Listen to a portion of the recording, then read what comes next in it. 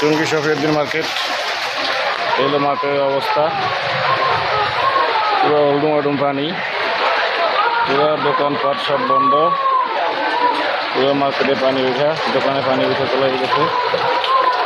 অবস্থা খুব খারাপ, খুব খারাপ। এই হলো মার্কেটের অবস্থা।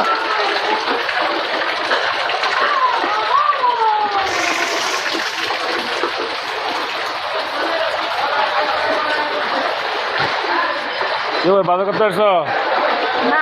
হ্যাঁ, নাস্তা খাইতে যাইতেছো? এই অবস্থা কা তোমার?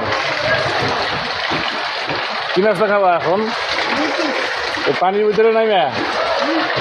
আর সর্বনাশ, কষ্টটা কি?